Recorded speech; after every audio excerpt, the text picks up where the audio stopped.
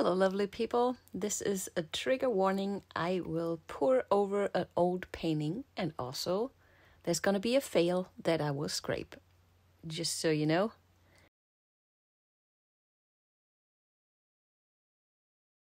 I want to say thank you for all the pre-orders for my new baby spinner already. It's so much fun and you won't be disappointed. Let's do this.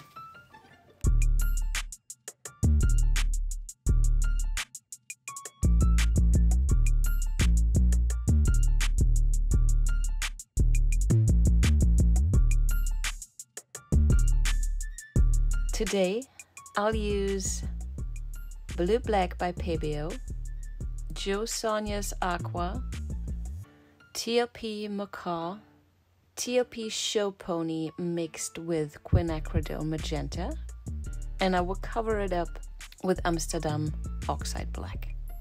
I'll give you some pointers today of what I did wrong with this fail and what I did right with the one that comes after, which turned out so amazingly awesome.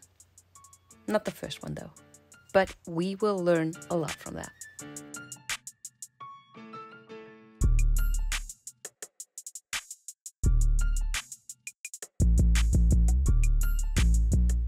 Number one would be always check your paint's consistency before you paint.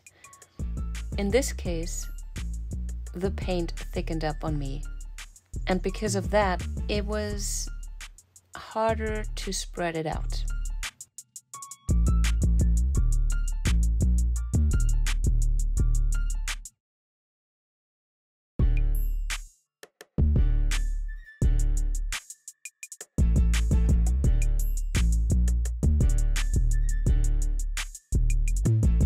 Tip number 2.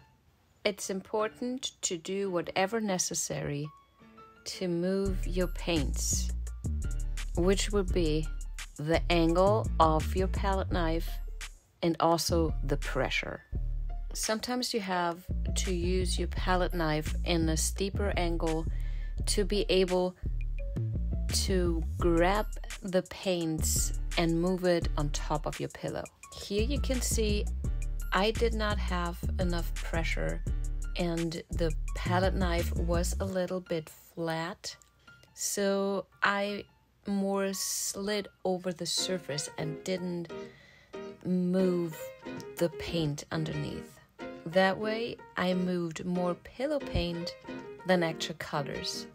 It's fine if you want to go for that effect, but what happened here is that all the colors basically stayed on top of each other instead of being dragged out.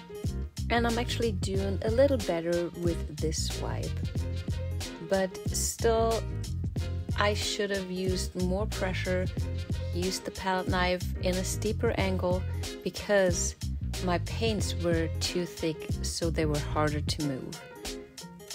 And I want the paint to spread out and not be just on one spot of my painting.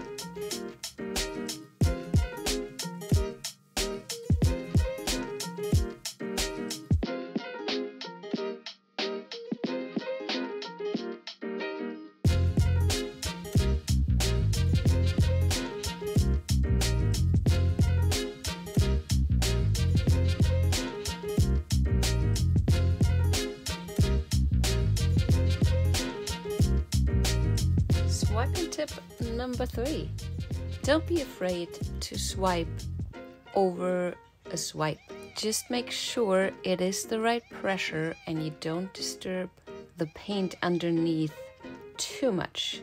Because with the previous swipe, your paint got thinner, especially in this one because of all the other issues I had.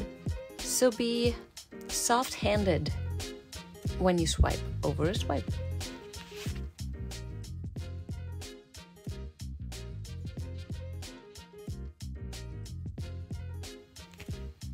The next tip is a scoop and drag tip.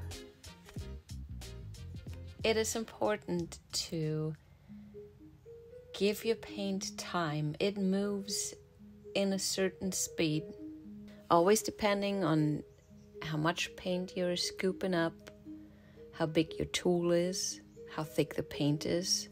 So let the paint move in its own pace and just watch it and react.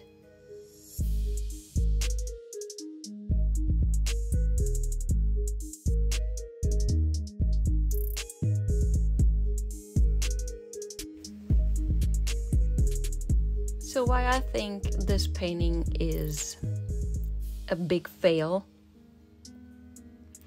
is the paints are, it doesn't have, for one thing, it does not have a appealing composition at all. I was just playing around and I didn't think about what might look good, or I was just caught in the action. So that's why I'm scraping it, and that's why you get to see the next one, which I think is incredible. I will use the same paints. The only difference is I thinned out my cell activator in gold a little bit, and then spontaneously I blew on it.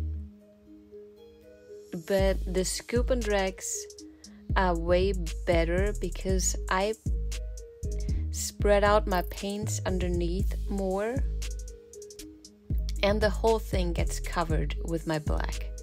So overall, it's way more appealing, and I can't wait for you guys to tell me what you think. I will show you the end results, also a very close-up, and oh my gosh, those cells. Okay, I guess I'm out for now.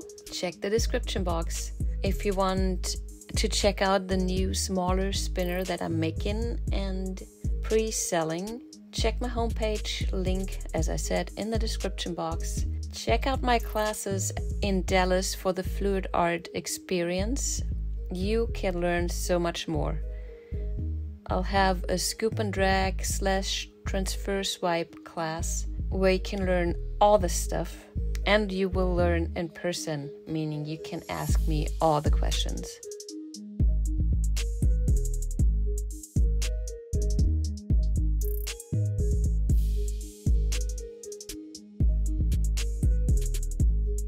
All right, I hope to see you next week, and until then, please be good.